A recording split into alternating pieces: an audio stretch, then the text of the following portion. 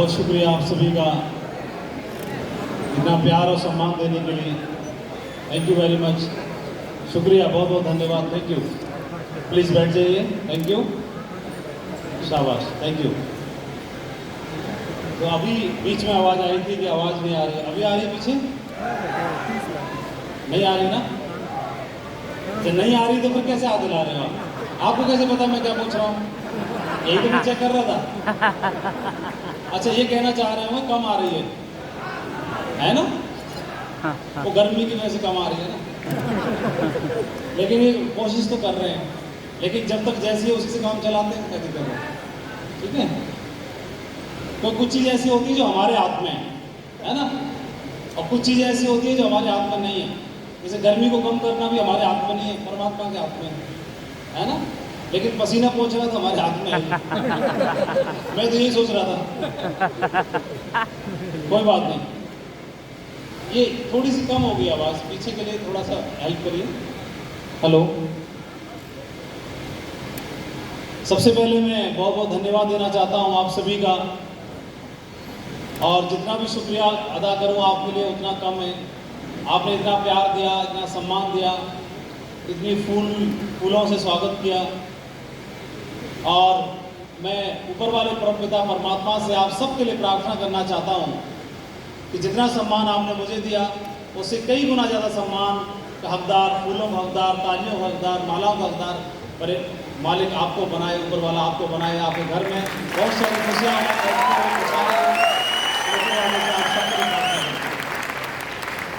और आप सभी को हाथ जोड़ के धन्यवाद देना चाहता हूँ। थोड़ा सा हेल्प करिएगा। हेलो, माइक चेंज करना है क्या? हेलो, ठीक है, थैंक यू। ब्रजभूषण यादव जी बोल रहे थे कि कुछ तारीफ में बोल रहे थे मेरे बारे में।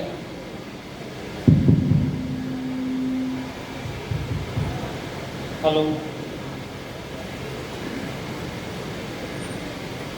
तो मैं जरूर बताना चाहता हूं कि मेरे में और आप में कोई ज़्यादा अंतर नहीं है। मैं वही हूं जो आप हैं, आपके बीच का निकला हुआ बंदा हूं।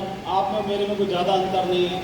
कुछ भी सिखाने के लिए नहीं मैं यहाँ पर आया, और ना ही कुछ सिखाऊंगा इसलिए नहीं क्योंकि बहुत सारी ऐसी बातें होंगी जो आप जानते होंगे लेकिन मैं नहीं जानता हूँ। ऐसा हो सकता है कि नहीं हो सकता है? बहुत सारी बातें होती हैं जो आप जानते हैं मैं नहीं जानता, और थोड़ी बहुत बातें ऐसी होंगी जो मैं जानता हूँ और शायद आप नहीं जानते होंगे। ऐसा हो सकता है कि नहीं हो सकता है? तो कुछ आप नहीं जानते, कुछ मैं नहीं जानता, तो फिर सीनियर जूनियर कहाँ हुए? बराबर ही हुए हम लोग। तो फिर बराबर वाले कभी सीखना सिखाना नहीं करते, बातचीत कर सकते हैं आपस में, है ना? तो हम और आप बातचीत कर सकते हैं, मैं कुछ भी सिखाऊंगा नहीं।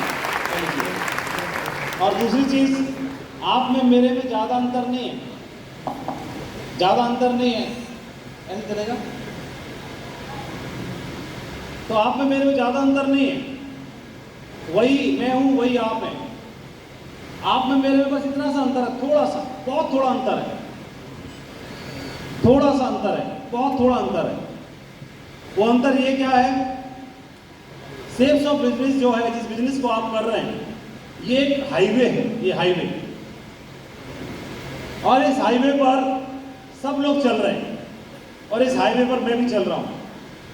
और इस हाईवे पर चलना मैंने आज से लगभग 19 साल पहले चलना शुरू किया था, और चलते चलते इस हाईवे पर मैं यहाँ खड़ा हुआ हूँ। लेकिन अच्छी बात यह है कि इस हाईवे पर आप सब भी चल रहे हैं, और आप में से चलते हुए मैं यहाँ पर खड़ा हुआ हूँ। आप में से किसी ने चलना 1 महीने पहले शुरू किया होगा, किसी ने 1 साल पहले, किसी ने 6 महीना पहले, कोई आज शुरू करेगा। तो कोई इस हाईवे पर यहाँ पर है, कोई यहाँ पर है, कोई यहाँ पर है, कोई यहाँ पर है, कोई यहाँ है, कोई यहाँ है, कोई यहाँ है, कोई यहाँ पर है, कोई यहाँ पर है, कोई यहाँ पर है, कोई यहाँ पर है। ज़्यादा अंतर कुछ भी नहीं। और मैंने आज से 19 साल पहले चलना शुरू किया तो मैं वहाँ पहुँचा हूँ। आप में से किसी ने चलना शुरू किया तो कोई यहाँ पर है, कोई यहाँ पर है। अच्छी बात यह है कि इस हाईवे पर अगर चल रहे हम और लगातार चलते रहेंगे तो आप भी वहाँ पे आके खड़े हो जाएंगे कि नहीं हो जाएंगे, जहाँ पर मैं खड़ा हुआ हूँ? आप बताइए, खड़े हो सकते हैं कि नहीं हो सकते हैं? और इस हाईवे पर अच्छी बात एक और हो गई है कि यहाँ से यहाँ तक की जर्नी तय करने में कहाँ पर ब्रेकर थे, कहाँ पे गड्ढे थे, और उनको बताने के लिए मैं, परशुराम जी और आपके सारे सीनियर लीडर तैयार हैं, बोले आ जाओ, कोई दिक्कत नहीं, हम यहाँ पर तक आ चुके हैं और आपको बताने के लिए और हाथ पकड़ के खींचने के लिए यहाँ तक तैयार हैं। अच्छी बात है कि नहीं? पहुंचा मंजिल पे कोई भी नहीं, हम भी चल रहे हैं, आप भी चल रहे हैं, तो सारे सफर में, जब सारे सफर में हैं तो हम सब एक जैसे ही हुए, हाँ कि ना? बिल्कुल। और मैं आप सबको कुछ भी बोलने से पहले कॉम्प्लीमेंट भी देना चाहता हूँ, थोड़ा अप्रिशिएट भी करना चाहता हूँ। मैं परमात्मा की कृपा से, आशीर्वाद से भारत के अलग अलग कोनों में जाने का सौभाग्य मिलता है, सभी से मिलने का मौका मिलता है, चाहे नॉर्थ ईस्ट हो, चाहे गुजरात हो, चाहे पश्चिमी भारत हो, चाहे उत्तरी भारत हो, चाहे साउथ में हो, हर जगह।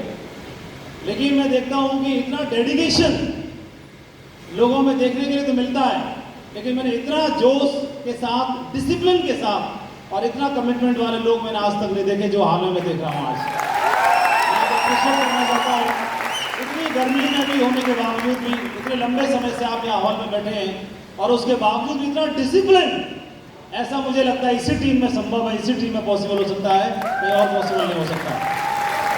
और मुझे लगता है कि आज आपकी आईडी पर फ्रेशर है, सिल्वर है, गोल्ड है, मुझे नहीं मालूम, लेकिन मुझे ऐसे लगता है कि हम हमारे अगले 3 साल के 1000 डायमंड से आज बात कर रहे हैं इस हॉल में तो यहाँ पर आने वाले समय में।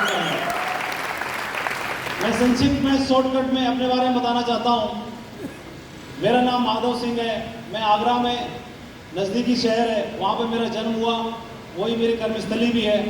आज से लगभग 19 साल पहले मैंने 2003 में मैं बीएड की पढ़ाई कर रहा था। पिताजी सरकारी नौकरी में थे, दादाजी सरकारी नौकरी में थे, हम 4 भाई 1 बहन, मेरा नंबर बीच में आता था।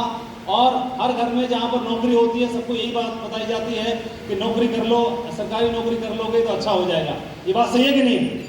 तो सरकारी नौकरी की चाहत होती है नौकरी वाले घरों में खास तौर पे, और मेरे घर में भी ये बात थी कि मुझे सरकारी नौकरी करने के लिए समझाया गया, प्रेरित किया गया। तो मेरे मन में एक सपना बना छोटा सा कि सरकारी नौकरी मेरी भी होगी तो अच्छा रहेगा। सरकारी नौकरी करने के लिए मैं ग्रेजुएशन करने के बाद में बैंक के लिए, रेलवे के लिए, असिस्टेंट मास्टर के लिए, गार्ड के लिए, टीटी के लिए, जहाँ लेखपाल के लिए, बाबू के लिए, क्लर्क के लिए, जहाँ मैं फिट बैठ सकता था, हर एक सारे फॉर्म खरीद के लाता था, भरता था और कोशिश कर रहा था कि मेरी सरकारी नौकरी लग जाए। इसी दरमियान में मैं बीएड का डिप्लोमा भी कर रहा था। मैंने सोचा कि सरकारी नौकरी नहीं लगेगी तो कहीं अगर नहीं लग पाई तो बीएड करके और एमएड कर लेंगे, पीएचडी कर लेंगे और उसके बाद में किसी अच्छे स्कूल में एडमिशन टीचिंग कर लेंगे, वहाँ से कुछ पैसा कमाएंगे और कुछ ट्यूशन पढ़ा के, कोचिंग करके पैसा कमाएंगे और ऐसे करके अपना जीवन काट लेंगे। ऐसे मन में मेरी बात थी। और इसी दरमियान में बीएड की पढ़ाई कर ही रहा था तो मेरे को एक बिजनेस पढ़ते पढ़ते, डिप्लोमा लेते लेते बिजनेस देखने का मौका मिला। और इस बिजनेस को देखने के बाद जब मैंने बिजनेस को देखा, डिसीजन लेने की बात थी, उसी समय पर मेरा क्या हुआ, बीएड करने के बाद ही बेसिक एजुकेशन में टीचर के लिए सरकारी नौकरी के लिए नंबर आ गया। अब जैसे ही मेरा सपना तो था सरकारी नौकरी पाना, मेरी कोशिश, पढ़ाई लिखाई जो भी था और मेरा पूरा हो गया। और इधर से फिर ये बिजनेस भी आ गया, तो दोनों एक साथ आए। पहले कुछ नहीं आ रहा था, अब बिजनेस भी आ गया, नौकरी भी साथ में आ गई।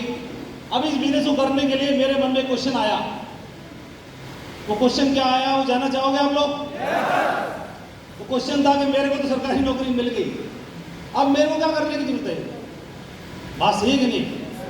कोई कुछ नहीं था, कोई काम धंधा नहीं था, तो मेरे दृष्टि में, मेरी नज़रों में ये काम उनके लिए था जो खाली है, उनको कोई काम धंधा नहीं है। मतलब ये ऐसे काम तो उन्हीं लोगों के लिए है ना जिनको कोई काम धंधा नहीं है, खाली घूम रहे हैं बेचारे। लेकिन जिसको सरकारी नौकरी मिल गई उसको करने की क्या जरूरत है? मेरे मन में क्वेश्चन आया। तो मैंने पूछा कि सर मेरे को तो नौकरी मिल गई, अभी मेरे को बिजनेस करने की कहाँ जरूरत है? तो उन्होंने मेरे को एक छोटी सी कहानी सुनाई। क्या वो आप सुनना चाहते हैं? उन्होंने बोला कि माधव जी आपकी सरकारी नौकरी लगी, अच्छी बात है, एक बात बताता हूँ आपको। और उन्होंने मेरे को कहानी सुनाई। ये कहानी आपने कई बार सुनी होगी, कई बार, लेकिन एक बार और सुन लो। तो उन्होंने बोला कि माधव जी एक नदी किनारे एक पेड़ के ऊपर कुछ बंदरिया खेल रहे थे और उसी समय आकाश में एक आकाशवाणी हुई और आकाशवाणी में ये बताया गया कि अब से कुछ पल के बाद बंदरिया में से कोई भी अगर इस नदी में जंप लगाएगा, छलांग लगाएगा, तो वो इस समय में, इस मुहूर्त घड़ी में एक सुंदर सा राजकुमार या राजकुमारी बन जाएगा। अगर ऐसी आकाशवाणी हो तो भरोसा होगा? सच बताओ, ये ऐसी भरोसा नहीं होता जब कोई आके हमारे घर पे बोले आप तो डायमंड बन जाओगे, भरोसा होता है क्या?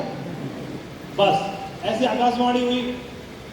और उस आकाशवाणी इसको सुनने के बाद सारे बंदर बंदरिया ने सुना, किसी के कान में टस से मस नहीं हुई, लेकिन एक बंदर और पता नहीं उसकी क्या मूड आया और वो जंप लगा गया और जंप लगाने के बाद वो बंदर नदी में से एक सुंदर सा राजकुमार बन के बाहर निकला।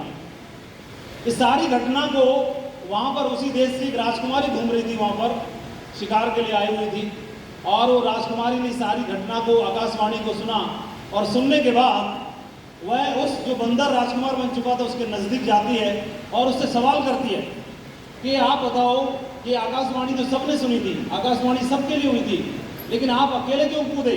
आपको ऐसा क्या बात लगी जिसकी वजह से आपने छलांग लगाई और आप सुंदर से राजकुमार बन गए? तो जो बंदर राजकुमार बन चुका था उसने उस राजकुमारी को जवाब दिया कि राजकुमारी साहिबा, आकाशवाणी में ये बोला गया था कि अगर कूदेंगे तो सुंदर से राजकुमार बन जाएंगे। आकाशवाणी में ये तो बोला नहीं गया था कुत्ता बन जाएंगे, भालू बन जाएंगे, कुछ और बन जाएंगे, गीदड़ बन जाएंगे। मैंने सोचा जंप लगा के देख लेता हूँ, और अगर राजकुमार बन गया तो ठीक, ये बंदर तो पहले से हुई, नहा के निकल के बाहर आ जाता है ना, ठंडे पानी में बाहर निकल के जाऊँगा नहा के। और जैसे ही कहानी सुनने के बाद मैंने भी ताली बजाई ऐसे आपकी तरह, और तुरंत मेरे मन में एक बात आई। कौन सी बात जानना चाहोगे? मैंने सोचा कि मैं भी ऐसा करता हूँ, छलांग लगा देता हूँ और डायमंड बन गया तो ठीक, नहीं तो मास्टर तो हुई, वो कहा जा रहा है, बोलो है ना, मास्टर जी तो हुई ना, तो मास्टर जी बनते बनते टीचर बन गया मैं, तो टीचर तो मैं हूँ, वो कहा जा रही है, तो डायमंड बन गया तो ठीक है। ये सोच करके मैंने इस बिजनेस को करना शुरू किया, और इस बिजनेस को करना शुरू किया। करते हुए मुझे लगभग 19 साल होने वाले हैं, अगले महीने में मुझे 19 साल पूरे हो जाएंगे। मैंने जून 2003 में बिजनेस को ज्वाइन किया था, तो ये महीना कंप्लीट होने के बाद, और 19 सालों में मेरे जीवन में 360 डिग्री का परिवर्तन आया है। जो भी हम सोच सकते हैं, एक आदमी सोच सकता है, वह सारा चीज़ें इस बिजनेस के माध्यम से मुझे मिली हैं। और पैसे की दृष्टि से मैं फाइनेंशियल जो असेट्स हर आदमी जीवन में चाहता है वो मजबूत बने, वह मजबूती इस बिज़नेस के माध्यम से मिली। इस बिज़नेस में आने से पहले सर्कल बहुत छोटा था, वो सर्कल पूरे देश के लेवल पर बन गया। एक परिवार जो छोटा सा था 5-7 लोगों का, वो परिवार 40-50 लोगों का लाख लोगों का बन गया। पूरे देश में, हर प्रांत में, हर जगह पर आज सभी से हमारा एक फैमिली, आज भी हम अपने परिवार से, फैमिली से बात कर रहे हैं। इस बिज़नेस में आने से पहले मतलब कुएं के मेंढक थे, जितना हम जानते थे लगता था यही इतनी बड़ी दुनिया है, लेकिन फिर धीरे धीरे जानना शुरू किया, समझना शुरू किया, तो इस दुनिया के बारे में समझ में आया। और मैं 2-3 स्लाइडों के माध्यम से आप तक बात को पहुंचाना भी चाहता हूं। मैं यहाँ पर आज आपसे बातचीत करने का सौभाग्य मिला, इसके लिए मैं आप सभी के सीनियर लीडर्स को धन्यवाद देना चाहता हूँ। जितने भी हमारे सीनियर लीडर्स हैं, डायमंड क्लब है हमारा, उन सबको धन्यवाद देना चाहता हूँ। उनके माध्यम से आप सभी से दर्शन करने का मौका मिला।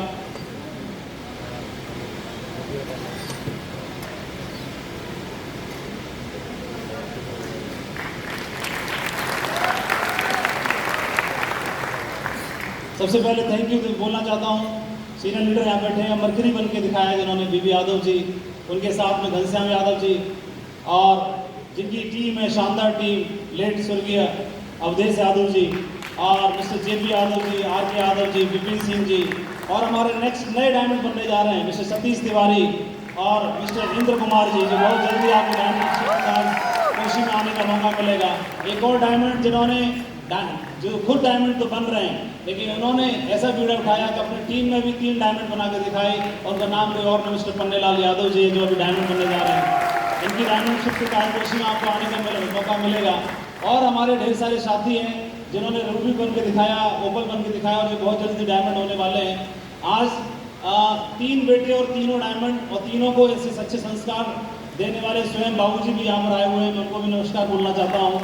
और पन्नेलाल जी, जेपी यादव जी के पिताजी भी स्वयं यहाँ पर आए हुए हैं, जिनके अच्छे संस्कारों की वजह से देखिए तीनों बेटे थे नौकरी में थे।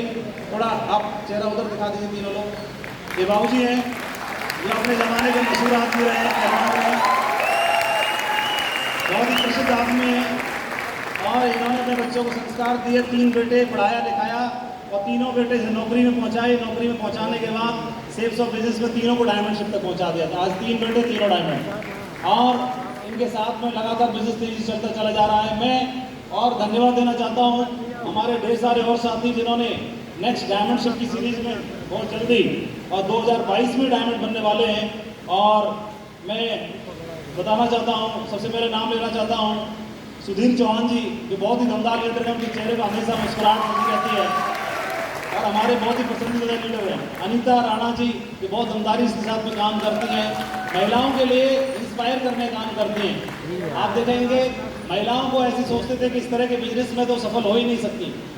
ये कोई नई बात नहीं है, महिलाओं के लिए हर बार सोचा यही जाता है। पहले उनको बोलते थे कि अरे ये तो तुम्हें ज़्यादा पढ़ लिख के क्या करोगे, तुम्हें तो रसोई संभालनी है, बच्चे संभालने हैं, घर संभालना है। लेकिन देखो उन्होंने रसोई भी संभाली, बच्चे भी संभाले, घर भी संभाला, पति को भी संभाला और उसके बाद देश को भी संभालने का काम करना शुरू कर दिया, है ना। आप देखेंगे हर क्षेत्र में, आज दुनिया के हर क्षेत्र में महिलाएं अपना योगदान दे रही हैं।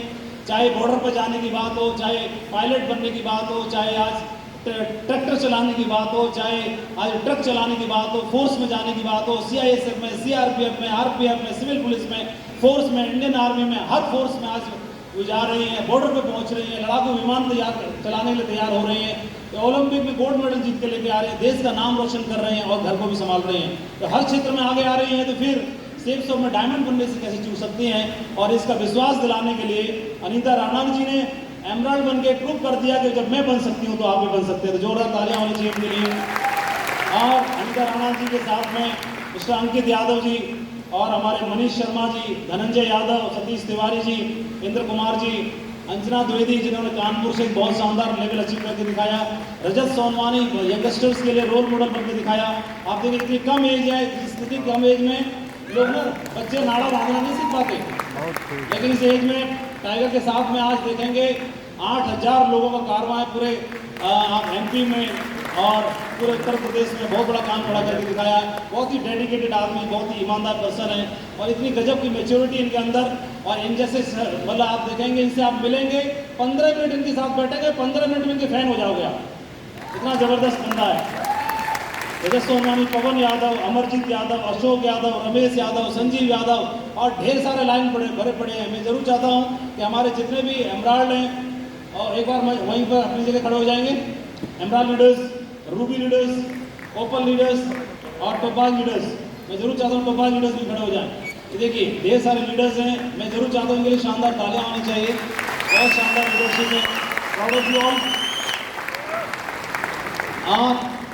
और मुझे लगता है कि बहुत जल्दी वो दिन भी आएगा जब आप सबका फोटो और आप सबका नाम मेरे मोबाइल में और लैपटॉप में जरूर होगा, बहुत जल्दी, है ना सबका। थैंक यू, शाबाश। एक बार की बात है कि ऊँट का छोटा सा बच्चा जो था अपने पिताजी से ऊँट से बोला कि पापा हमारे जो पीठ पे ना ये ऊंचा सा कुंवर टाइप का होता है, क्यों होता है? ऐसे मन में क्वेश्चन आया। किसके क्वेश्चन आया? बच्चे के। ऊँट का जो छोटा बच्चा था उसने पापा से क्वेश्चन पूछा, पापा हमारे ऊँट जो पीठ पे ना कुंवर क्यों होता है, कुंवर क्यों होता है? तो पापा ने बताया कि बेटा कि परमात्मा ने हमारे शरीर की संरचना इस तरह से बनाई है क्योंकि हमें रेगिस्तान में दौड़ना पड़ता है, रेत में रहना पड़ता है, वहाँ पर पानी दूर दूर तक नहीं होता। तो जब भी पानी मिले तो इतना पी लो, प्यास बुझाओ और आप टंकी भर लो अपनी, इतना पानी स्टोर कर लो, संचित कर लो कि अगले 1 दिन, 2 दिन, 3 दिन, 4 दिन, 5 दिन, 1 सप्ताह तक भी हम बिना पानी के ही जीवित रह सकें और अपनी सेवा पानी अपने मालिक की कर सकें। परमात्मा ने हमारे शरीर को इस तरह बनाया है, इसलिए हम यहाँ पर पानी स्टोर कर लेते हैं, संचित कर लेते हैं। बोले अच्छा पापा। फिर उसने क्वेश्चन किया कि पापा एक बात और बताओ कि हमारे पैर जो हैं वो इस तरह के गोल गोल क्यों बनाए हैं, ऐसे क्यों होते हैं? तो फिर पापा ने जवाब दिया कि बेटा हमको रेत में दौड़ना पड़ता है, रेगिस्तान में दौड़ना पड़ता है और रेतीली ज़मीन में दौड़ने के लिए हमारे पैरों की संरचना ऊपर वाले ने, भगवान ने इसलिए बनाई है कि हम रेत में भी आसानी से दौड़ सकें। परमात्मा ने हमको इसलिए ऐसा बनाया है। फिर उसने बोला कि पापा हमारी आँखों पे जो पलकें होती इतनी घनी घनी क्यों होती हैं, इतने बाल क्यों होते हैं? फिर पापा ने बोला कि बेटा क्योंकि जब हम दौड़ते हैं ना तो रेत उड़ता है रेगिस्तान में, जब रेत उड़ता है तो आँखों में न चला जाए, आंखों में जाएगा तो हम देख नहीं पाएंगे, तो पलकें हमारी आंखों की सुरक्षा करती हैं, इसलिए ऊपर वाले ने हमको ऐसा बनाया है। तो बोले पापा एक बात बताओ, जब परमात्मा ने हमें ऐसी आंखें दी हैं, ऐसे पैर दिए हैं, ऐसा शरीर की संरचना बनाई है, तो हम ये चिड़ियाघर में कर क्या रहे हैं? तो दोनों बाप बेटा चिड़ियाघर में बैठे थे। कहाँ बैठे थे? चिड़ियाघर में, और बोले कि पापा हम यहाँ पे क्या कर रहे हैं, हमको तो रेगिस्तान में होना चाहिए। कहाँ होना चाहिए? रेगिस्तान में होना चाहिए। तो बेटा बोला पापा से, पापा हमें तो रेगिस्तान में होना चाहिए, परमात्मा ने जिस लायक हमको बनाया उसके हिसाब से वहीं पर होना चाहिए, लेकिन हम कहाँ पर हैं? और ये बात मैं आपसे भी पूछना चाहता हूँ, मैं आप सबसे भी पूछना चाहता हूँ, परमात्मा ने जितने भी योनि बनाए हैं, जितने भी जीव जंतुओं को बनाया है, लाखों बनाए, लाखों तरह के बनाए इस पृथ्वी ग्रह पर ही, तो उनमें सबसे श्रेष्ठ कौन सा है? तो बताना चाहेगा? सबसे श्रेष्ठ कौन है? Human being. सबसे श्रेष्ठ कौन है? मानव। हम ये बात मानते हैं सभी लोग? सबसे श्रेष्ठ क्यों है? कोई बताना चाहेगा एक बात? सबसे श्रेष्ठ टॉप के हम क्यों हैं? किस वजह से? हम सबसे ताकतवर नहीं है, हम सबसे बड़े नहीं आकार में, हम सबसे तेज नहीं दौड़ सकते, हम सबसे ज्यादा जंप नहीं लगा सकते, फिर भी आपने बोला श्रेष्ठ है। क्यों है? क्यों है? कौन बोलेगा? बोलिए, क्यों है? हमारे अंदर सोचने समझने की शक्ति है। आप बोलो सर, क्यों है? थोड़ा सर एक माइक की जरूरत पड़ेगी जेपी जी, आके माइक लेकर रखो और 2-4 बार घूमने की जरूरत पड़ेगी। और कोई बोलेंगे थोड़ा तेज? हाँ, और कोई? सोचने की शक्ति हमारे पास में, ऐसा आपने बोला, ठीक है। और कोई? तेज दम लगा दो टाइगर। मेरे तक आवाज नहीं आई, क्या बोला इन्होंने?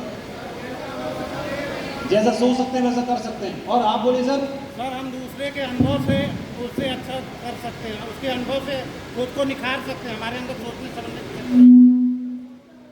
अच्छा, आप मतलब आप सारा दिमाग की बात कर रहे हैं? जी सर। मेरे तक आवाज नहीं आई, सर की बात मेरे तक पहुंचाओ। सपने देख सकते हैं, हाँ। और बोले? सबको हैंडल करने की क्षमता है। अच्छा सर, पीछे पहुंचाओ, जल्दी जल्दी करो, फास्ट करो। आपकी आवाज आ गई सर, कोई बात नहीं, ठीक है। और हार्दिक अभिनंदन करते हुए मैं आपका स्वागत करते हुए कह रहा हूँ कि मनुष्य एक ऐसा प्राणी है जो कि लिख पढ़ सकता है और सो सकता है, बुद्धि होती है। बुद्धि होती है, बुद्धि होती इसीलिए सबसे अच्छा बोलो सर, बोलो। सभी लोग यही बोलना चाह रहे हैं कि हमारे पास दिमाग है। मनुष्य इसलिए सर्वश्रेष्ठ माना जाता है क्योंकि वो सोच भी सकता है, समझ भी सकता है, लेकिन हर जानवर और हर योनि निर्णय नहीं ले पाती। मनुष्य के अंदर इतनी क्षमता होती है कि वो सोचने और समझने के बाद निर्णय लेने की भी क्षमता होती है। चलो बहुत बढ़िया, शाबाश। सभी लोग यही बोलना चाहते हैं, मानव आज इसलिए श्रेष्ठ है ह्यूमन बीइंग, तो उसके पास मन है, बुद्धि है, दिमाग है, उसका इस्तेमाल कर सकता है। और वो शेर से ज़्यादा तेज तो नहीं दौड़ सकता, लेकिन शेर को बांध के रख सकता है? या फिर शेर से ज़्यादा तेज दौड़ने वाली मशीन बना सकता है, गाड़ी बना सकता है, रॉकेट बना सकता है, उड़ने वाला बना सकता है, और पूरी दुनिया को जीत सकता है। ऐसे आपने बोला? ये बोलना चाह रहे हैं हम लोग? हाँ, ऐसे हाथ खड़ा करके कहिए, सब यही तो बोलना चाहते हैं। बहुत बढ़िया, बिल्कुल यही बात। तो परमात्मा ने हमको मतलब $1 ट्रिलियन से भी ज्यादा कीमत का परमात्मा ने हमको मन मस्तिष्क दिया है, और उसको कुबड़ दिया पानी स्टोर करने के लिए। परमात्मा ने हमको दिमाग दे दिया इस पूरी दुनिया को जीतने के लिए। जब दिमाग दे दिया और ये सबके पास है, तो आप बताओ उसका इस्तेमाल हम कर कहाँ पे रहे? कर हैं कहाँ पे? जो सही जगह परमात्मा ने बनाई है, क्या उस सही जगह पर हम हैं? ये क्वेश्चन अपने आप से। मौका मिला, बोला ठीक है, कहीं नहीं मिली। एक बार कोशिश की सिपाही की भर्ती में, नहीं दौड़ पाए, नहीं भर्ती हो पाए, छोड़ो यार, पूरी दुनिया कहीं नहीं सेलेक्ट होती। सपना देखा बच्चे ने, आप देखो किसी भी जहाँ पेरेंट्स बैठे हैं, कक्षा 4 में 5 के बच्चों को क्लास में चले जाना, किसी भी बच्चे को खड़ा करके पूछ लेना, बेटा क्या बनना चाहते हो? तो कोई बोलेगा मैं IPS ऑफिसर बनना चाहता हूँ, कोई बोलेगा मैं सिंगर बनना चाहता हूँ, कोई बोलेगा मैं ओलंपिक में मेडल लाना चाहता हूँ, कोई बोलेगा मैं ऑफिसर बनना चाहता हूँ, कोई बोलेगा पायलट बनना चाहता हूँ, कोई बोलेगा डॉक्टर बनना चाहता हूँ, कोई बोलेगा इंजीनियर बनना चाहता हूँ। वो तो कभी नहीं बोलेगा जिसमें हम काम चला रहे हैं, कभी नहीं बोलेगा। और वही हम भी थे। परमात्मा ने जिसकी बात मैं कर रहा हूँ, ऊंट के बच्चे ने ऊंट से पूछा कि हमारे शरीर ऐसे क्यों बनाया परमात्मा ने? तो उसने बताया इसलिए बनाया। और परमात्मा ने आपको और हमको सबसे श्रेष्ठ क्यों बनाया? तो आपने बोला कि परमात्मा ने हमको श्रेष्ठ इसलिए बनाया क्योंकि श्रेष्ठ बनने के लिए हमारे को परमात्मा ने ये दिया ये, और इसके दम पर हम कुछ भी कर सकते हैं। लेकिन इसके दम पर कर तो सकते हैं, लेकिन करे कि नहीं करे, कोई बात नहीं, हमेशा हम लोग मिडिल क्लास फैमिली से बिलोंग करते हैं और मिडिल क्लास फैमिली की विडंबना ही यही है कि शुरू तो कर लेते हैं, शुरू करने के बाद मंजिल तक और अंजाम तक नहीं पहुंचा पाते, गिव अप कर देते हैं। बार बार स्कूल में एडमिशन लेने गए, फर्स्ट बेंच पे बैठने में गिव अप कर दिया, मॉनिटर बनने के लिए गिव अप कर दिया, मेडल जीतने की बारी आई थी गिव अप कर दिया, कुश्ती में जीतने की बारी आई थी गिव अप कर दिया, कंपटीशन में जाने की बारी आई गिव अप कर दिया, मॉर्निंग में वॉक करने की बारी आई गिव अप कर दिया, योगा शुरू कर लिया गिव अप कर दिया, जिम शुरू कर लिया गिव अप कर दिया, कोचिंग शुरू कर ली, इलाहाबाद की, कोटा की, दिल्ली की, यहाँ की, वहाँ की, गिव अप कर दिया, ऑफिसर बनने का ख्याल आया गिव अप कर दिया, गिव अप कर दिया, गिव अप कर दिया, गिव अप कर दिया। लेकिन ऐसे बहुत सारे बाशिंदे भी थे जिन्होंने गिव अप नहीं किया और उसको कुर्सी पर कब्जा करके दिखाया उन्होंने आपके बीच में से, हर गांव से, हर शहर से, हर गली से करके दिखाया कि नहीं दिखाया। उसके पास भी वही है जो आपके पास है, जो हमारे पास में। परमात्मा ने जिस लायक हमको बनाया, 40,000 में सेट हो गया, कोई 80,000 में सेट हो गया, कोई जहां भी हो गया, कोई दिक्कत की बात नहीं है। जिसने जहां पर हमको पहुंचाया अच्छी बात है, ऊपर वाले का शुक्रिया। लेकिन अगर एक बार और पारी खेलने का मौका मिले और हमारे पास ये है तो प्रयास करना चाहिए कि नहीं करना चाहिए? कितने लोग तैयार है? वो लोग करेंगे, दमदारी से करेंगे। हाथ उठाए, कितने लोग दमदारी से बोलते करेंगे, दिखाएंगे? क्या बात है, जोरदार तालियां होनी चाहिए सारे वीरों के लिए। बहुत बढ़िया, अभी तो मुझे धन्यवाद, शाबाश, बहुत बढ़िया, बैठ जाइए। और ये मेरे को समझ में आया, रखा करो, ठीक है। और अभी मैं आपको बताना चाहता हूँ, मैं स्पेशली धन्यवाद देना चाहता हूँ आपके बीच में से निकले हुए एक बहुत ही लोअर मिडिल क्लास फैमिली से। मैं तो लोअर मिडिल क्लास बोलना भी ठीक नहीं है, लोअर क्लास ही बोलना पड़ेगा।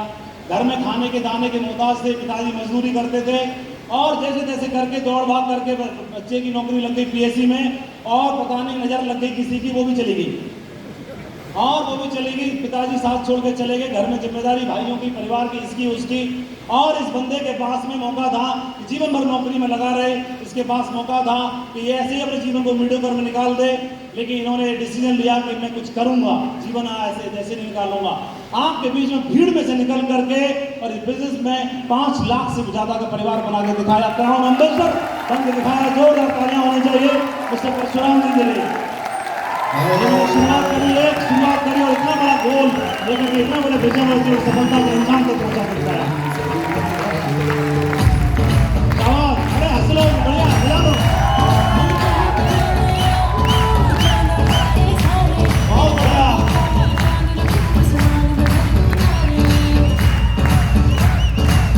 बहुत बढ़िया।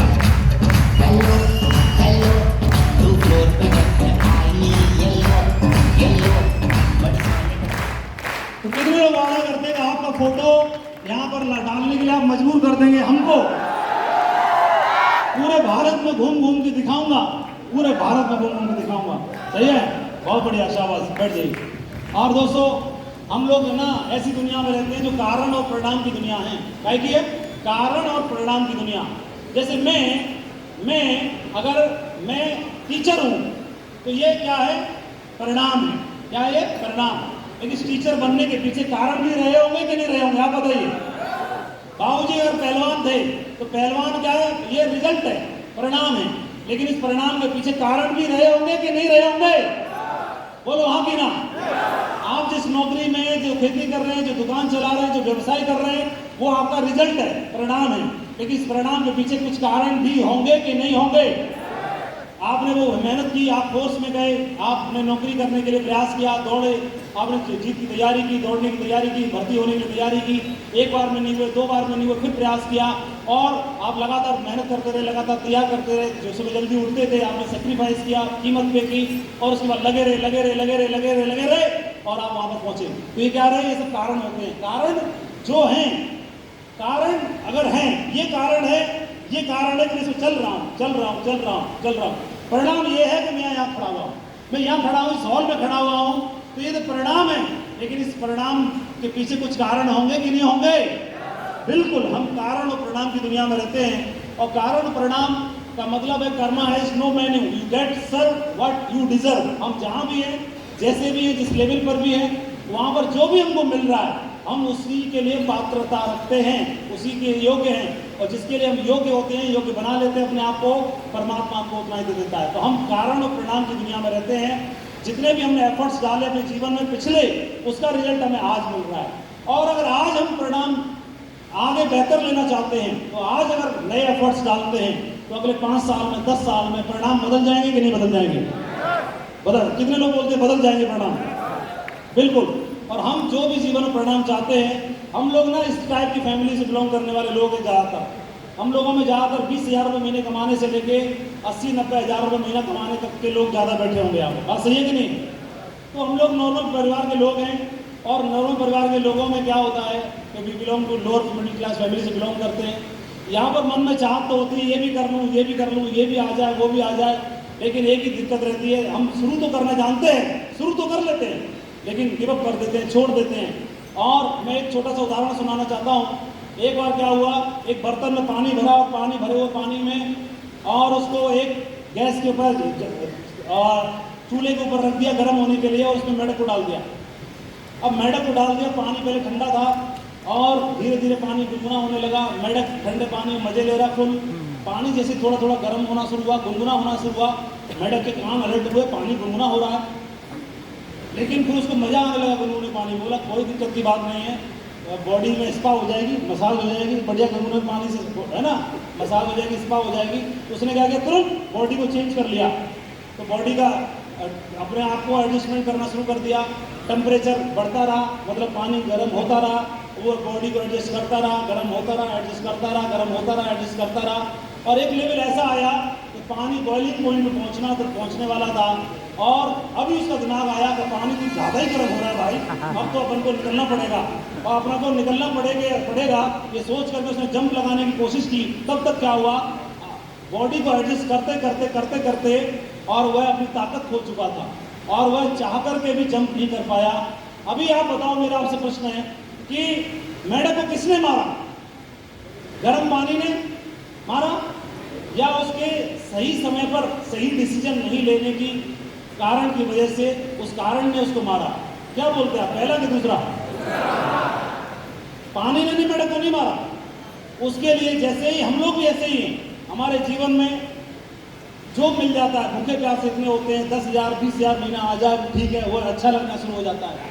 जहाँ घुस गए, जहाँ सेट हो गए, वो अच्छा लगना शुरू हो जाता है, क्योंकि घर में जरूरत ही इतनी है। बच्चों की फीस, ये फीस, ट्यूशन फीस, इंटरनेट का बिल, वाईफाई का बिल, मकान का भाड़ा, इसका भाड़ा, पेट्रोल महंगा, गैस महंगा, तेल महंगा, सब्जी महंगी, नींबू महंगा, मिर्चा महंगा, सब महंगा होता जा रहा है। अभी क्या करें, जो भी कमाई आती है उसमें एडजस्ट करना शुरू कर देते हैं, और धीरे धीरे एडजस्ट करते एक समय ऐसा आता है तो भाई तो पूरा जीवन निकल गया और कहीं कुछ होने वाला नहीं है। तब तक देर हो चुकी होती है, तब तक मालूम पड़ा अब आप फॉर्म भी नहीं भर सकते, अब आप तैयारी भी नहीं कर सकते, अब आप डॉक्टर भी नहीं बन सकते, अब इंजीनियर भी नहीं बन सकते, अब सिविल भी क्वालिफाई नहीं कर सकते, अब IIM भी नहीं जा सकते, तब तो देर हो चुकी होती है।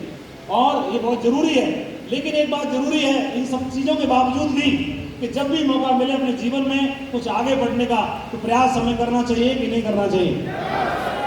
बस माधव को मौका मिला कि अपने जीवन का पन्ना पलटने का, तो अपने जीवन का नया अध्याय लिखने का, और एक ये ब्लैक एंड वाइट सी दुनिया है, इस ब्लैक एंड वाइट की दुनिया में कुछ नए रंग भरने का, तो बस इसको थोड़ा बदलने की जरूरत थी।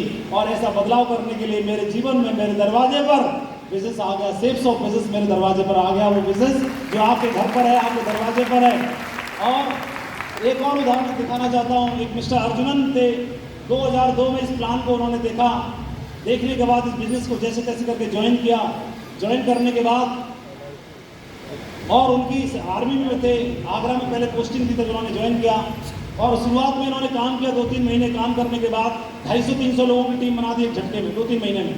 आर्मी में थे, 250-300 लोगों की टीम बना दी, और टीम बनाने के बाद उनकी पोस्टिंग आ गई ग्लेशियर में, कश्मीर में पोस्टिंग आ गई। और वो क्या हुआ, 3 साल पोस्टिंग में चले गए कश्मीर, ग्लेशियर में चले गए। अब वहाँ पर जाने के बाद वहाँ पर फ़ोन बंद, कॉन्टेक्ट्स बंद, 2002-3 की बात है, ये 2003 की बात है। और कॉन्टेक्ट बंद, फ़ोन बंद, धीरे धीरे सबको क्या हुआ, इतना लंबी पोस्टिंग में क्या हुआ, धीरे धीरे कॉन्टेक्ट बंद हो गए, फ़ोन पर बातचीत होना बंद हो गई, अप्लायंस से, सिस्टम से, टीम से। और इतना लंबा समय हो गया कि उसके बाद वो सब भूलभाल गए। लेकिन टीम बना के चले गए थे, टीम सिस्टम में बनी रही और बने रहने के बाद 3-4 साल की नौकरी करने के बाद फिर प्रमोशन पे वो गए कहीं और, वहाँ जाने के बाद फिर धीरे धीरे करके वो रिटायर हुए और रिटायर होने के बाद वो भूल भाल के सब कुछ और इस दुनिया से विदा भी हो गए। लेकिन जो उनकी लगाया हुआ जो पेड़ था, जो उनका बोया हुआ बीज था, वो धीरे धीरे बड़ा होता रहा। तो 250 लोगों की टीम बनाई, उस टीम में कुछ लोग संपर्क में आ गए सिस्टम में, अपलाइन के साथ में, और धीरे धीरे करके वो सिल्वर बन गए, गोल्ड बन गए, पर्ल बन गए, टोपाज बन गए, एमराल्ड बन गए, रूबी बन गए, डायमंड भी बन गए। आप बताओ, हर आदमी जीवन में एक बीज बोता है तो बदले में चाहता है फलदार वृक्ष बने, छाया मिले, फल मिले, फूल मिले। बोलो हाँ कि ना? ऐसे हम भी कोई काम करना चाहते हैं तो क्या करें, किस लिए करना चाहते हैं कि हायर एजुकेशन के लिए बच्चों के लिए पैसे की जरूरत पड़ेगी, आज से 10 साल बाद, 20 साल बाद तो समय पर पैसा मिल जाए, जरूरत पड़े अपना मकान बनाने की, चाहे छोटा ही हो वो मिल जाए, व्यवस्था हो जाए, माँ बाप को 4 धाम की यात्रा करा सकें, छोटी सी कार खरीद सकें। ये सपना होता है कि नहीं होता है? तो अभी आप बताओ, ये सपना उनका रहा होगा बिजनेस शुरू करने के पहले। सबसे पहला उनका चेक आया इस बिजनेस में, चेक का फोटो लगाए, उसके बाद में इस बिजनेस में उन्होंने धीरे धीरे काम करना शुरू किया और फिलहाल उनकी आईडी पर आप देखेंगे क्राउन शो करता है और बहुत जल्दी आईडी में क्राउन एम्बेसडर शो होने वाला है। इस बिजनेस में वो न रहने के बावजूद भी इस बिजनेस में बहुत बड़ा वृक्ष तैयार हो गया जो आज लगातार फल दे रहा है। इनके परिवार को लगातार 8 लाख रुपये महीना पहुँचता रहा। इस बिजनेस से पहले नौकरी में रहते हुए इन्होंने नौकरी से एक मोटरसाइकिल खरीदी और नौकरी में इतना ही हो पाता है, और एक छोटा सा मकान बनाया अपना, ये वाला मकान आपको दिखाई दे रहा होगा। फिर उसके बाद में इन्होंने सेब शॉप की इनकम आना शुरू हुई और इनकम आने के बाद में इन्होंने क्या किया, उसी मकान को ऐसे 3 मंजिला कर दिया, तगड़ा बना दिया। फिर इसके बाद में एक सामने ज़मीन खरीदी, उसमें शानदार बना लिया। पहली कार खरीदी ये वाली, और जब दुनिया से विदा हो गए तो जब उन्होंने सेल्स ऑफ बिजनेस ज्वाइन किया था तो ड्रीम लिख रहे थे ट्रेनिंग में जाकर के, तो उनकी ड्रीम डायरी में लिखा था कि मैं जब भी डायमंड बनूंगा तो एक दिन BMW कार खरीदूंगा। तो पिताजी तो नहीं रहे, पिताजी को सपने को पूरा करने के लिए बच्चों ने इस बिजनेस में से ये बच्चे हैं जिन्होंने साउथ में रह के एक ने MBA कम्प्लीट किया, एक ने अपनी इंजीनियरिंग कम्प्लीट की, हायर एजुकेशन के लिए पैसा सेल्स ऑफ से लगातार उनके घर पर आता रहा और सपने को पूरा करने के लिए पिताजी के को 1 करोड़ रुपए की BMW X5 कार को खरीदा और वो नहीं रहे, लेकिन सपना पूरा हुआ। और आप बताओ, ये बिजनेस में उन्होंने 20 साल पहले पेड़ लगाया, 19 साल पहले, तो आज लगातार फल दे रहा है कि नहीं दे रहा है? तो एक लॉन्ग टर्म गेम है। आप म्यूचुअल फंड में पैसा लगाते हैं तो म्यूचुअल फंड में कोई 1 साल में पैसा लगा के निकाल ले तो ज़्यादा फायदे में नहीं रहता। तुरंत लगाओ, तुरंत निकालो तो नुकसान में रहेगा। लेकिन पैसे को लगा के एक लॉन्ग टर्म के लिए 15 साल 20 साल के लिए अगर छोड़ दे तो उस पैसे में ग्रोथ मिलती है कि नहीं मिलती है? बिल्कुल। ठीक इसी प्रकार से अगर इस बिजनेस में भी लगातार धैर्यपूर्वक काम करते रहें तो इस तरह के रिजल्ट आपके सामने आते हैं। और आपके सामने एक और उदाहरण है, मैं ये बताना चाहूँगा। एक बार क्या हुआ, एक नदी के किनारे, गंगा नदी के किनारे एक साधु बैठा हुआ था और जोर जोर से आवाज़ लगा रहा था कि जो चाहोगे सो पाओगे, जो चाहोगे सो पाओगे, जो चाहोगे सो पाओगे। सब लोग सुनते थे, वो लोग बावरा हो गया है, जो चाहोगे सो पाओगे बात कर रहा है। एक आदमी जो भूखा प्यासा था आपकी हमारी तरह, आप और हम भूखे तो हैं नहीं, इतनी गर्मी में, सही बताओ, बटन खोल के पसीना पहुँच के पसीना में रुमाल भी गीला हो गया होगा और फिर भी बैठे हैं, इसका मतलब भूख भाई तड़प बहुत दमदार है, इसका मतलब है ना, भूखे है ना। तो हमारी आपकी तरह कोई बंदा रहा होगा और साधु के पास पहुंच गया और बोला कि बाबा जो आप बोल रहे हो क्या सही बात है, जो चाहेंगे सो पाएगा, मिलेगा क्या? बोले बिल्कुल मिलेगा। तो उन्होंने ऐसे उससे क्वेश्चन पूछा और उसने बोला कि बाबा मेरे जीवन में इच्छा है कि मैं ना एक बहुत बड़ा व्यापारी बनना चाहता हूँ और मेरे मन में ऐसी इच्छा है। उसने साधु से पूछा तो उसने बोला कि मैं बहुत बड़ा हीरो का व्यापारी बनना चाहता हूँ। तो साधु ने क्या किया, बोला कि ठीक है एक काम करो कि मैं तुमको एक हीरा और एक मोती देता हूँ, एक हीरा और एक मोती देता हूँ और इस हीरे से मन चाहे जितने हीरे बना लेना और मोती से मन चाहे जितने मोती बना लेना। ऐसे करके बाबा ने बोला। बोले ठीक है लाओ, दोनों हाथ आगे करो ऐसे। तो बाबा ने, साधु ने मुट्ठी बांधी अपनी और सामने हाथ, खाली हाथ में ऐसे रख दिया और बोला कि ले जाओ।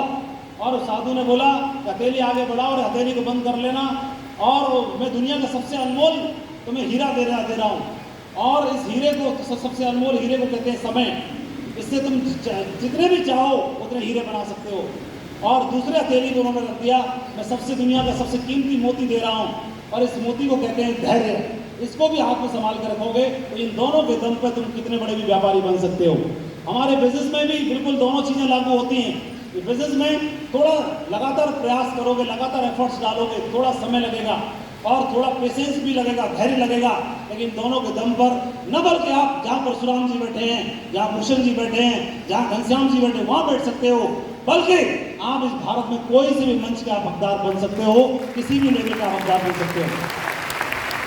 और दुनिया में आप देखेंगे नई जनरेशन के बच्चे बीटेक एमटेक करके गोल्ड मेडलिस्ट बनना चाहते हैं, कोई डिग्री लेके आना चाहता है, कोई यूपीएससी में क्वालिफाई करके, कोई नीट क्वालिफाई करके, कोई कुछ और क्वालिफाई करके अफसर बनना चाहता है या डॉक्टर बनना चाहता है। चाहते तो सब हैं, प्रयास भी कर रहे हैं, कुछ ही लोगों को सफलता मिल रही है, ये भी देख रहे हैं, और बाकी सारे लोग फिट करते रहे, गिव अप करते रहे। लेकिन सबके पीछे आप बताओ, आज मैंने डिसाइड किया, आज मेरा मूड हुआ, सुबह जगा, चलो एक काम करता हूँ, यूपीएससी क्वालिफाई कर देता हूँ, तो कल जाकर फॉर्म खरीद लाऊं और परसों यूपीएससी क्वालिफाई हो जाएगा क्या? नहीं, हम लोग नॉर्मल परिवार के लोग हैं। दो तरह के परिवारों में से यूपीएससी में सबसे ज्यादा फाइट कर रहे हैं। दो फैमिली में से सबसे ज्यादा लोग डॉक्टर बन रहे हैं, दो फैमिली में सबसे ज्यादा गोल्ड मेडलिस्ट बन रहे हैं। कौन? तीन तरह के लोग हैं इसमें, तीन तरह के लोग हैं, एक हायर क्लास, एक लोअर क्लास और एक मिडिल क्लास। ये हायर क्लास के बच्चे, इनकी तैयारी कक्षा 1 से ही शुरू हो जाती है, कक्षा 1 से इनकी परवरिश उसी प्रकार से होती है, तैयारी उसी प्रकार से होती है। हायर क्लास में क्यों होती है? क्योंकि इनके पास खोने के लिए कुछ है खोने के लिए, नाम है, सम्मान है, इज्जत है, पैसा है, सब कुछ पहले से है, और इसको बरकरार बनाए रखने के लिए इनकी परवरिश पहले दिन से होती है, और ये लोग निकालते हैं, ऐसे निकालते हैं। दूसरी कैटेगरी जो सबसे ज्यादा निकालती है वो है तीसरी वाली, लोअर क्लास। इन पर खोने के लिए कुछ भी नहीं है, कुछ भी नहीं है खोने के लिए, करो या मरो। और आपने देखा होगा सिविल सर्विस को क्वालिफाई करने वाले ढेर सारे बच्चे बिहार से, पूर्वांचल से, इधर से उधर से बच्चे निकल रहे कि नहीं निकल रहे? जिसकी कमर टेढ़ी नहीं होती वो कौन है? वो है मिडिल क्लास वाला, जिसको कमर टेढ़ी होने पर तुरंत दर्द हो जाता है, जिसको कोटा जाकर के कल जाकर परसों भागने का दिल करता है, इलाहाबाद जाकर के इलाहाबाद तो पानी सूट नहीं करता, दिल्ली का खाना सूट नहीं करता उसको बदहजमी हो जाती है। ये कौन है? ये मिडिल क्लास वाले। क्यों? क्योंकि इनके बदन पे कपड़ा है, शाम के खाने की व्यवस्था है, ट्यूशन की व्यवस्था है, कोचिंग की व्यवस्था है, पैसे की व्यवस्था है, कोई दिक्कत की बात नहीं है। इसलिए इसको हर चीज में तकलीफ है, लेकिन दो कैटेगरी में कोई तकलीफ नहीं है। लेकिन अगर ये लोग भी कुछ लोग ठान लेते हैं लोग, तो ठानने वाले बंदे ये लोग इंप्रूव करके दिखाते हैं। तो ये हमें थोड़ा समझना पड़ेगा, इसको कैसे करना चाहिए। मैंने पूछा सर मैं इसमें इतिहास लिखना चाहता हूँ, तो उन्होंने बोला कि माधव जी एक उदाहरण समझो। तो ऐसे उदाहरण उन्होंने समझाया कि मान के चलो अभी हमारे भारत में चल रहा है कि 2 बच्चे सबसे अच्छे, तो आप फैमिली प्लानिंग करेंगे, 2 बच्चे, बोले बढ़िया, ये बोले आप हैं और ये आपकी मैडम है, ऐसे मेरे को बताने लगे। ये बोले मैं ये आप हैं और ये आपकी मैडम है, और ये वाली बात आप अपने पे फिट कर लेना, ये आप हो और ये आपकी मैडम है। मैडम की तरफ तो देख रहे हो, अपनी तरफ भी देख लेना पहले। हाँ, और ये दोनों आपके चुन्नू मुन्नू हैं, दोनों ये रहे। अरे 2 चुन्नू मुन्नू हैं और आप कमाते हो 50,000 रुपये, ठीक है जी, 50,000 सैलरी है, तो 50,000 सैलरी में दोनों चुन्नू मुन्नू में खत्म हो जाएगी कि नहीं हो जाएगी? बराबर खर्च हो जाता। अभी ये गिलास दूध पिएगा तो ये भी पिएगी कि नहीं पिएगी? ये ट्यूशन पढ़ेगी तो ये भी पढ़ेगा, दोनों को बराबर प्यार करते हैं हम, तो है ना, बराबर करते हैं। अगर मान के चलो बिना प्लानिंग के किसी के घर में तीसरा बच्चा आ जाए, तो कमाते तो हम लेकिन 50,000 है, और बिना प्लानिंग के तीसरा वाला आ गया तो प्रमोशन यहाँ तो हो गया भाई, 2 के 3 इधर हो गए, लेकिन सैलरी में प्रमोशन तो हुआ नहीं, वहाँ तो 50 ही है अभी भी। फिर क्या करोगे? फिर क्या बोलोगे इसको? वो भाई हमारे पास बजट नहीं है, तेरे को हम एक काम करते हैं, मंदिर की सीढ़ी पर रखाते हैं, अनाथ आश्रम में रख देते हैं। ऐसे करते हैं कोई? क्या करते हो आप लोग? चलो आ गया तो छोड़, तो इसको भी दूध पिलाएंगे, इसको भी प्यार करेंगे, इसको भी पढ़ाएंगे लिखाएंगे। तो हम क्या करते हैं, 50,000 डिवाइडेड बाई, पहले 2 था, अभी कितना हो जाएगा? डिवाइडेड बाई 3, बोले 17 बांट के तीनों में। तो इसको भी हम प्यार करते हैं, इसको भी हम समय देते हैं, इसको भी पढ़ाते लिखाते दूध पिलाते हैं। लेकिन अगर तीनों बच्चों को पढ़ाया लिखाया 20 साल तक, और 20 साल पढ़ाने लिखाने के बाद ये क्या बोलता है, ये पहला दूसरा क्या बोलता है, पहला बोल रहा है, ये बोल रहा है पहला वाला कि मैं तो सिविल सर्विस में ऑफिसर बनूंगा, दूसरी बोल रही मैं तो डॉक्टर बनूंगी पापा। दोनों को पढ़ाया लिखाया तीनों को, और 20 साल के बाद क्या बोल रहे हैं, 20 साल के बाद ये भी बोल रहा है यूपीएससी का वादा हुआ था भाई, क्या हुआ, बोला हाँ पापा कोशिश कर रहा हूँ और फॉर्म भर रहा हूँ। तो बेटी को बोला तूने नीट क्वालिफाई करने का वादा किया था, क्या हुआ बेटी, डॉक्टर बनी। तो ये अभी भी बोल रही है पापा फॉर्म भर रही हूँ, बकवास कर रही है। और तीसरे वाले से बोलो छोटू से, तो वो भी यही बोलेगा तो नौकरी के लिए फॉर्म भर रहा हूँ।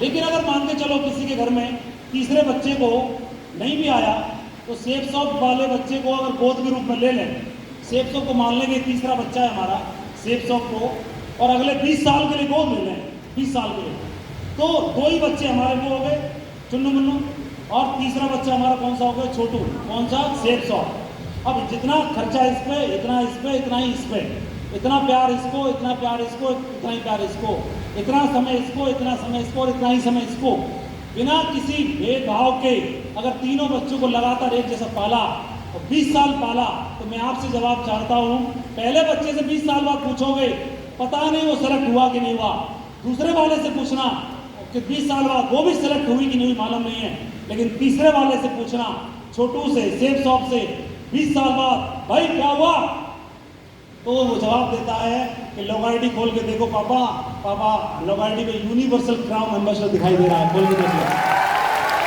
पहली चीज। दूसरी चीज कि दादाजी चले गए ऊपर, वो बोल के गए थे कम से कम मरने से पहले 50 बीघा 100 बीघा खेत होना चाहिए, जाके कागज उठा के देख लो 100 बीघा खेत पूरा हो चुका है।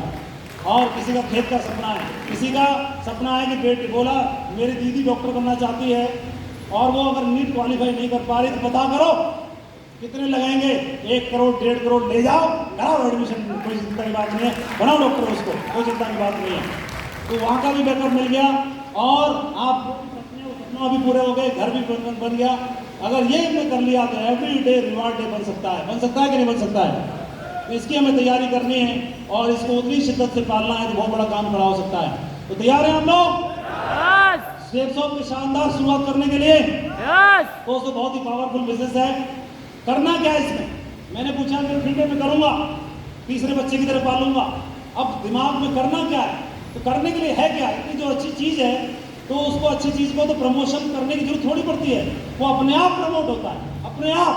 जैसे मान के चलो ये साउंड वाले भैया हैं, ये हर मीटिंग में अच्छा बजाएं तो हर कोई इनको पसंद करेगा कि नहीं करेगा, और बढ़िया रेट लें, नॉर्मल रेट लें और अच्छा बजाएं तो हर कोई पसंद करेगा, हर कोई प्रमोशन करने की जरूरत नहीं पड़ेगी, ज़्यादा बिजनेस अपने आप बनेगा। और गड़बड़ करें और पैसे भी ज़्यादा मांगें तो आप बताओ कितनी भी सिफारिश कर लो उसके बाद भी हिट होगा मामला, होगा? नहीं होगा, नहीं होगा। इसका मतलब क्या हुआ, इसका मतलब ये हुआ कि जो भी चीज़ अच्छी है वो स्वतः अपने आप प्रमोट होती है। और आप देखें सेफ सॉफ्ट आज वर्ल्ड क्लास प्रोडक्ट्स के साथ काम करती है। सेफ सॉफ्ट में साउंड लगा हुआ है क्या हमारा, साउंड की पिन है, घुसा दो उसमें, साउंड की पिन घुसा दो, जल्दी लगा दो ना। अरे साउंड वाला कौन है, साउंड की पिन लगा दो ना इसमें। आप सेफ सॉफ्ट आप देखेंगे वर्ल्ड क्लास प्रोडक्ट्स में डील करती है, बेहतरीन क्वालिटी है, क्वालिटी के साथ में कोई भी कंप्रोमाइज़ नहीं करती है। आज सेफ सॉफ्ट के प्रोडक्ट इस तरह के हैं, आप जान रहे हैं कि हमारे घर में परिवार में बच्चे हैं वो मोबाइल से कनेक्ट हैं, लेकिन अगर संपूर्ण हनुमान के रूप में, भगवत गीता के रूप में घर पर चली जाती है और डेली सुबह शाम सेफ सॉफ्ट के गाय के शुद्ध देसी घी से और भगवान के मंदिर के सामने दिया जलता है तो एक पॉजिटिव वाइब्रेशन बनती है और मंत्रोच्चारण होते हैं भगवत गीता के। तो बच्चे बेशक फोन में लगे हैं, टीवी में लगे हैं, लेकिन कान में मंत्र जाएंगे तो माइंड प्रोग्रामिंग होगी कि नहीं होगी? थोड़ा बढ़ा दो वॉल्यूम, अरे वॉल्यूम बढ़ाओ ना।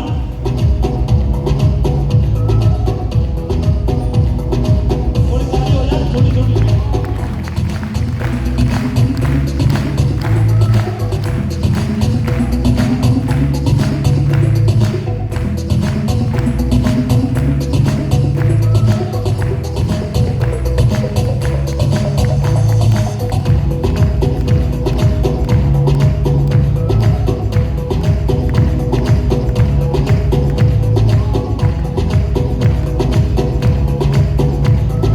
वर्ल्ड क्लास प्रोडक्ट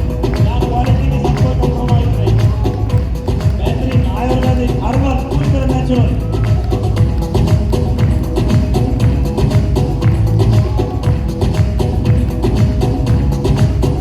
जो दमदार है, वो शानदार है, वो अपने आप प्रमोट होते हैं कि नहीं होते हैं? मैं 1 मिनट आप लोगों से पूछना चाहता हूँ, सेफ सॉ के प्रोडक्ट आप लोग इस्तेमाल कर रहे हैं? फायदा हो रहा है? हो रहा है कि नहीं हो रहा है? कोई बताना चाहेगा? माइक है, थोड़ा माइक, अरे चालू वाला माइक पे। सेफ सॉ के प्रोडक्ट आप इस लोग इस्तेमाल कर रहे हैं कि नहीं कर रहे हैं? कर रहे हैं? फायदा हो रहा है कि नहीं हो रहा है? कौन बताना चाहेगा क्या क्या फायदा हो रहा है? खड़े हो जाओ, अपनी जगह पे खड़े हो जाओ, 2 लोग खड़े हो जाओ, कोई भी।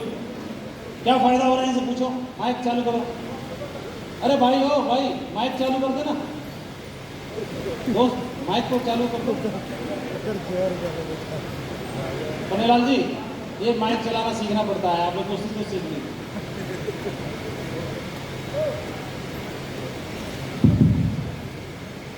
हेलो, सेफ सॉ के आप बहुत सारे प्रोडक्ट इस्तेमाल कर रहे हैं। कोई टूथपेस्ट इस्तेमाल कर रहा है, कोई नोनी का इस्तेमाल कर रहा है, कोई डायवा केयर इस्तेमाल कर रहा है, कोई भगवत गीता घर में इस्तेमाल, घर में उसमें चल रहा है, मंत्रोच्चारण हो रहे हैं और बच्चों में अच्छे संस्कार जा रहे हैं। इस तरह के ढेर सारे प्रोडक्ट आप इस्तेमाल कर रहे हैं। सेफ सॉ का सूट पहन रहे हैं, रेनोवेट्स का जो बढ़िया ब्रांडेड है। तो जो प्रोडक्ट है, इतना टाइम तो इसी में लगा दिया। आप लोग फायदा, आप देखेंगे आप लोगों के बीच के ढेर सारे लोग हैं जो फायदा उठा रहे हैं। इसका प्रमोशन करिए दमदार तरीके से, और जहाँ भी जिसको जैसे फायदा मिल रहा है इसके बारे में बताइए। और ढेर सारे लोगों को जिन्होंने पैसे से जो चीज़ नहीं हो पा रही थी, लेकिन आज सेफ सॉ की नोनी वो असर दिखा रही है। बहुत सारे लोगों को डायबिटीज़ थी और डायबिटीज़ को कंट्रोल करके दिखाया। बहुत सारे लोगों को दांतों में प्रॉब्लम थी, मुंह में स्मेल आती थी और ठंडा गर्म लगता था। सेफ सॉ का जिसने भी टूथपेस्ट एक बार चख लिया, वो उसके बाद उसका फैन हो जाता है और उसके अलावा कोई दूसरा टूथपेस्ट इस्तेमाल नहीं करना जानता है। तो इस तरह के प्रोडक्ट हमारे बीच में। हेलो, 1-2 लोगों से पूछ लेते, थोड़ा जल्दी करो ना, दौड़ दो। मैंने पहले ही बोला तो माइक चालू रखना। तो 2-3 लोग खड़े हो जाओ, ज़्यादा को मौका नहीं मिलेगा। जल्दी बताइए क्या फायदा हो रहा है, जल्दी बताइए। मेरे घर में नोनी जूस और जेट और तेल है जो ज्वाइन कराल है, सभी कुछ नहीं, सब कुछ तो है, लेकिन फायदा क्या हुआ उससे? उससे मेरी दर्द खत्म हो गई, मुझे नोनी जूस से ताकत भी मिल गई, मेरे दांत में पेट से अच्छा भी हो गया, सब कुछ मिला। चलो बोलो, एक फायदा बता रहा केवल। आप उधर बताओ, जल्दी पहुंचाओ, दौड़ के कन्हैयालाल जी, क्या फायदा हुआ? दोस्तों नमस्कार, महागुरु जी के चरणों में कोट प्रणाम। अरे प्रणाम बाद में करना, आपके लिए फायदा क्या मिलता? सर, मैंने लीवो केयर का प्रयोग कराया था। लड़का जो है गैस्ट्रोलॉजी का नाम पूछ रहा था हमसे, मैंने लीवो केयर को दिया और जो है भूल गया, जो है लगातार उसको खिला रहे हैं और बहुत बढ़िया फायदा मिला था लीवो केयर का। लीवो केयर से क्या हुआ, समझ में तो कुछ आया नहीं। पेट में गैस बन रही थी बहुत ज़्यादा, उसको बहुत परेशान था। पेट में गैस रहती थी, उसको पीने से बहुत फायदा मिला, आराम मिला। फायदा मिला। और पहले दवाई खाते थे, अब नहीं खाते? नहीं, हमें कहा। बहुत बढ़िया, शाबाश। दूसरे तक पहुंचाओ जल्दी। दोस्तों नमस्कार, मेरा नाम राम कृष्ण है। मैं बिजनेस स्टार्ट किया तो ये दिया एलोवेरा जूस और साड़ी। एलोवेरा जूस से क्या फायदा हुआ बताओ? एलोवेरा जूस से फायदा हुआ कि अगर भूख नहीं लगता या सब्जी वगैरह में कोई दिक्कत है, संतुलित रहता है। सबसे अच्छी बात तो ये है कि उससे भूख बहुत करने लगता है अगर उसका हाल बहुत बढ़िया, शाबाश। और किसी पहुंचाओ, माइक में आवाज़ तो बढ़ा दो भाई, थोड़ा साउंड वाला भैया इधर ध्यान रखो थोड़ी देर। हाँ सर, इसमें जो प्रोटीन था ना, मेरा छोटा बच्चा था, वो उसका हाइट नहीं जा रहा था, उसको हम लोग बेटिया बेटिया बोलते थे। हैं, उसको लोग डब्बा पिलाया हो, काफ़ी हाइट हो गया, अपने बड़े भाई से हमेशा मिलाते रहता है, भैया देख लो मैं बड़ा हो गया। बहुत बढ़िया, शाबाश, बहुत अच्छा। और किसी को दीजिए। मैंने ज्वाइंट पेन लिया था मगर मम्मी के लिए, उनके घुटने से वो उठ नहीं पा रही थी, असल मैंने ज्वाइंट पेन लगाया और मम्मी आज हमारी उठ के चल लेती है। बहुत बढ़िया, शाबाश। ज्वाइंट पेन आज मेरा एक्सीडेंट हो गया था, जिसमें हाँ। मैं स्वयं यूज कर रहा हूँ और मुझे बहुत अच्छा लाभ मिला था। अच्छा, बहुत बढ़िया, शाबाश। जो हमारे पास समय की कमी है, आप देखें, आप प्लीज, आप ये लास्ट है, राजेश साहब, चौधरी साहब के ताली हो जाए। ये वीडियो है, ठीक है, और वीडियो ब्लॉक डेवलपमेंट ऑफिसर रहते हुए भी अपनी मैडम को सपोर्ट करते हैं, थोड़ा बहुत टाइम निकाल के अपनी मौका मिलता है। नमस्कार सर, मैं ज़्यादा सामान जितना भी घरेलू वस्तुओं आवश्यक चीज़ें मैं यही देवताओं पर इस्तेमाल करता हूँ। किचन के सामान से लेकर जितने भी हर चीज़ें हैं साबुन मंजन सोनी आदि में इस्तेमाल करता हूँ, मेरे पूरे परिवार में इस्तेमाल होता है। स्वास्थ्य या कम्बोजन होने से हमारे परिवार में बहुत फायदा हुआ। मेरी माता जी 80 साल की शुगर की पेशेंट थी, लेकिन आज वो टना बिल्कुल फर्स्ट क्लास चलती फिरती है। क्या बात है, बहुत बढ़िया, ग्रेट, बहुत Thank you, बढ़िया, thank you. बहुत बढ़िया। आप देखेंगे आपके बीच में जो ढेर सारे लोग हैं जो शिवसो का प्रोडक्ट इस्तेमाल कर रहे हैं, उनके घर में बहुत सारे फायदे पहुंच रहे हैं। तो जो अच्छी चीज़ है उसको हमें बताएंगे तो अपने आप लोग लेंगे कि नहीं लेंगे? तो हर घर तक इसको पहुंचाना है, इसके फायदे उठाने हैं। और आप देखेंगे नरसिंह ग्रेवाल जी आर्मी में थे, इन्होंने साइकिल पर रहते हुए इससे बिजनेस की शुरुआत की और शुरुआत करने के बाद ये आर्मी में नौकरी करते थे। इस बिजनेस में पहला चेक आया उनको 435 रुपये का, उसके बाद में फिर 1000 का, फिर 2700 का, फिर 4600 का, और गोल्ड बन गए, पर्ल बन गए। धीरे धीरे करके पर्ल लेवल पर उनको एक शानदार प्रोग्राम में जाने का मौका मिला। और इस बिजनेस में और वो उनको लगा कि मेरे को इस बिजनेस में फुल टाइम करना चाहिए, तो उन्होंने BRS ले लिया। इस एक महीने का उन्होंने 5600 रुपये कमाया। जब उनको प्लान दिखाया गया तो ये बोला गया था एक महीने में आदमी चाहे तो 1 लाख कमा सकता है। और उन्होंने इस महीने में 5600 कमाया एक महीने का, फिर 9000 भी कमा के दिखाया महीने का, फिर 9100 भी कमाया, फिर 32000 कमाया, फिर 40000 भी कमाया, फिर 50000 भी कमाया, महीने का 60000 भी कमाया, 75000 भी कमाया। और फिर धीरे धीरे करके इस बिजनेस के माध्यम से 2-2 लाख रुपये भी कमाना शुरू किया। और एक दिन ऐसा है कि हफ्ते का 1 करोड़ भी कमा के दिखाया इसी बिजनेस के माध्यम से। तो हवलदार क्लब के फोर्स मैगजीन में इनका नाम प्रिंट हुआ। फोर्स में हवलदार क्लब नौकरी करने वाले व्यक्ति इस बिजनेस से पूरी तरह से जिंदगी बदल गई। एक सही संगति में, सही एसोसिएशन में आप आते हैं तो जीवन में बहुत बड़ा बदलाव हो सकता है। ये बताते हैं कि हमेशा याद रखना, आपका प्रत्येक प्लान एक बड़े साम्राज्य की नींव का पत्थर है। हर प्लान किसी का जीवन बदल सकता है, इसलिए पूरी पवित्र भावना से प्रेजेंटेशन करना चाहिए। ये बात उन्होंने बोली। और देखिए एक प्लान कितना बड़ा जीवन बदल सकता है, इसका मैं आपको दिखाना चाहूँगा कि एक प्लान कितना बड़ा जीवन बदल सकता है। बृजभूषण यादव जी को PSC में 30 बटालियन में टेंट में रहते हुए परशुराम जी ने प्लान दिखाया। गोंडा में एक प्लान दिखाया, ये नहीं मालूम था एक प्लान से साम्राज्य बनेगा, लेकिन एक प्लान दिखाने के बाद इतना बड़ा साम्राज्य बना, 1 लाख लोगों का परिवार बना। तो सिर्फ एक प्लान, ये नौकरी कर रहे थे उसी यूनिट में, उसी 30 में जहाँ पर परशुराम जी नौकरी करते थे, इनको प्लान दिखाया और दिखाने की वजह से इतना बड़ा साम्राज्य बना। आप देखेंगे। और इस बिजनेस में शानदार, घर में परिवार में बहुत सारी खुशियाँ हैं। पहले XUV 500 खरीदी, फिर XUV 700 खरीदी, और जितनी भी 700, 900, 1000, 20,000 जितनी आएंगी सब खरीद डालेंगे, क्योंकि सेल्स ऑफ देती इतना ज़्यादा धंधा तरीके से। और इसके बाद में आप देखेंगे इन्होंने एक प्लान दिखाया बृजभूषण यादव जी ने घनश्याम यादव जी को। एक प्लान एक नहीं होता, वो लाख में भी कन्वर्ट हो सकता है। घनश्याम यादव जी को प्लान दिखाया, घनश्याम यादव जी का एक प्लान आप देखेंगे इस बिजनेस में जगुआर तक लाने वाला प्लान बन गया। और 1 करोड़ रुपए की जगुआर कार में चलते हैं घनश्याम यादव जी। इस बिजनेस के माध्यम से गाजीपुर से रहते हुए पूरे हिंदुस्तान में इनकी टीम बनी। और एक प्लान सिर्फ एक प्लान नहीं होता, शानदार इन्होंने एक प्लान दिखाया गया परशुराम जी को। एक प्लान से पूरे पूर्वांचल ने, पूरे भारत में इतना बड़ा बिजनेस एम्पायर बना के दिखाया। ये शानदार टीम बनाई। ये इनकी टीम में, घनश्याम यादव जी की टीम में, ये मतलब भूषण जी की टीम में, भूषण जी खुद मरकरी हैं, उनकी टीम में घनश्याम यादव जी खुद मरकरी लेवल पर हैं। उनकी टीम में अक्षय यादव जी, इनको भी मरकरी लेवल पहुंचा के दिखाया। और नेक्स्ट वीनस लेवल में श्रीचंद पटेल जी हैं। और ढेर सारे हमारे डायमंड क्लब यहाँ पर बैठे हुए हैं। तो ये आपका बिजनेस है जो इतनी ताकत रखता है। इस बिजनेस का प्लान दिखाने में कितनी ताकत रखता है आप देखेंगे। परशुराम जी को एक प्लान दिखाया गया और एक प्लान दिखाने के लिए बताया था कि एक दिन आप डायमंड बन सकते हैं। ये बोलते हैं कि नहीं बोलते हैं? एक दिन आप डायमंड बन सकते हैं, लेकिन प्लान में ये कभी दिखाया नहीं जा सकता कि एक दिन में ऐसा आएगा कि आप 50-50 डायमंड बनाओगे अपनी टीम में, पर 31-31 डायमंड बनाओगे अपनी टीम में। और देखो अभी बहुत जल्दी आपको सतीश तिवारी जी की डायमंड शिप की ताजपोशी में जाने का मौका मिलेगा। और उमाशंकर यादव जी हैं जो जिन्होंने पार्ट टाइम में काम करके उस बिजनेस में डायमंड बनकर दिखाया, उनकी ताजपोशी में जाने का मौका मिलेगा। और इंद्र कुमार जी ने पार्ट टाइम में रहते हुए बिजनेस में डायमंड शिप को ब्रेक करके दिखाया, इनकी डायमंड शिप ताजपोशी में जाने का मौका मिलेगा।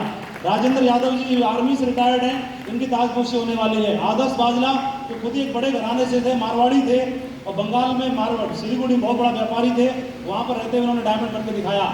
और उदयवान चौधरी जी जिन्होंने पार्ट टाइम में बिजनेस में डायमंड बनकर दिखाया। और मिथिलेश यादव जो रेलवे में नौकरी करते हुए पार्ट टाइम इन्होंने बिजनेस डायमंड बनकर दिखाया। आलोक वर्मा जी ने डायमंड बनकर दिखाया। और संदीप त्रिपाठी जी को देखने का मौका मिलेगा। मनीष कुमार, लालजी यादव, संदीप त्यागी, राम सिंह पाल, करुणा शंकर तिवारी, दरोगा प्रसाद, राधे श्याम कुशवाहा, अम्बरीश यादव, अशोक यादव, ये टीचर थे, वो फोर्स से थे। देखो आप काम करते हुए। और ये आगे पुन्नेलाल यादव जी, इनकी डायमंड शिप में जाने का मौका मिलेगा। अर्जुन सिंह, डॉक्टर नवीन, ऐसे लाइन लगी पड़ी है, लाइन लगी पड़ी है। और ये सिर्फ एक प्लान का कमाल है कि परशुराम जी को एक प्लान दिखाया, लेकिन दमदारी के साथ दिखाया, और इतनी दमदारी से आप लोगों को प्लान दिखाना, और वो एक प्लान आने वाले टाइम में लाखों करोड़ों में भी भारी पड़ सकता है। सही है? तो मेरी ओर से ढेर सारी शुभकामनाएं आप सभी को। आपने इतना प्यार दिया, सम्मान दिया। एक प्लान इतना ताकत रखता है। एक दिन हमने एक बंदे को प्लान दिखाया, और वो प्लान देखने के लिए, जो बंदा प्लान देखने के लिए आया, उसकी चप्पल जो है वो रस्सी से जुड़ी हुई थी, जैसे टूट जाती नहीं, टूट के रस्सी से जोड़ लेते हैं, रस्सी से जुड़ी हुई, सुतली से जुड़ी हुई चप्पल कितने लोगों ने अपने जीवन में पहनी है? हाथ खड़ा करिए। रस्सी से जुड़ी हुई, सुतली से जुड़ी हुई, बांध के पहनी है? सच्ची बताना, सच्ची बात बताना, कितने लोगों ने पहनी है? बहुत लोगों ने पहनी है, बहुत लोगों ने। लेकिन रस्सी से जुड़ी हुई चप्पल को, टूटी चप्पल वाले को प्लान नहीं दिखाता कोई। इनको प्लान दिखाया, और प्लान दिखाने के बाद 12 साल बाद फोन आया, गुरुजी मेरे घर में बेटा की शादी, आप आ जाओ। तो हम दिल्ली में गए थे, लौटते में सोचा कि चलो गांव पड़ेगा रास्ते में, दिल्ली में शादी अटेंड करके चलते हैं रास्ते में। और हमें रास्ता मालूम नहीं था गांव का, भूल गए थे 12 साल में। लेकिन क्या हुआ, गांव से 25 किलोमीटर पहले रोड पर, मेन हाईवे पर 50 लाख रुपए की जगुआर कार हमको रास्ता दिखाने के लिए खड़ी थी। मतलब बोले ये रास्ता दिखाएगी। देखो गांव की मेड़ों पर, खेतों पर होते हुए जगुआर हमको लेके जा रही है। अरे भाई साउंड पे रास्ते,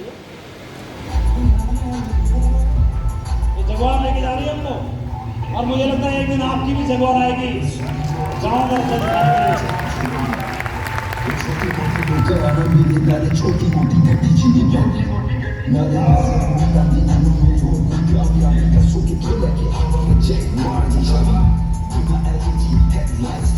गाँव में जा रहे, गाँव में।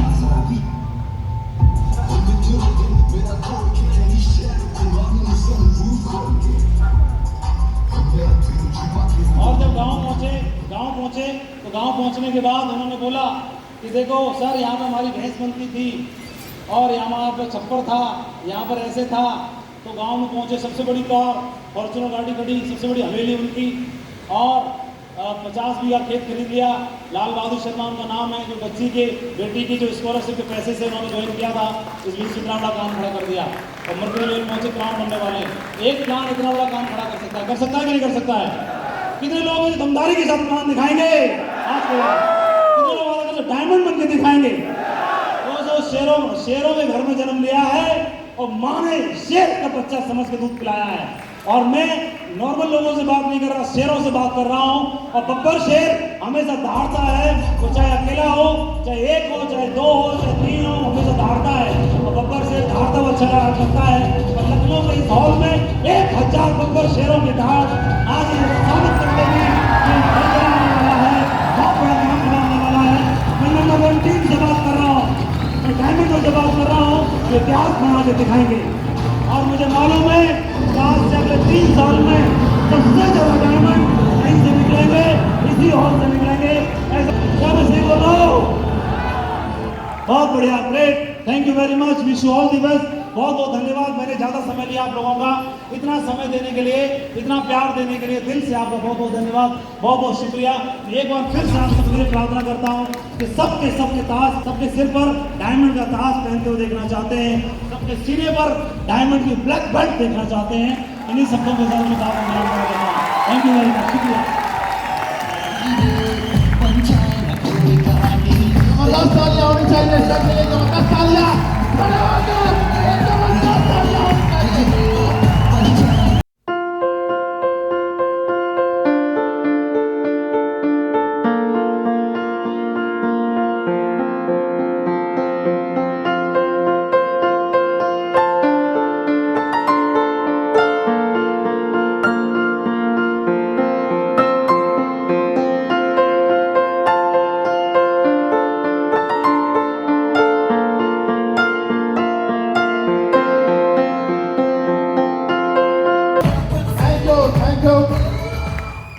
महागुरु जी ने आज पूरा दिमाग की नसें हिला दी।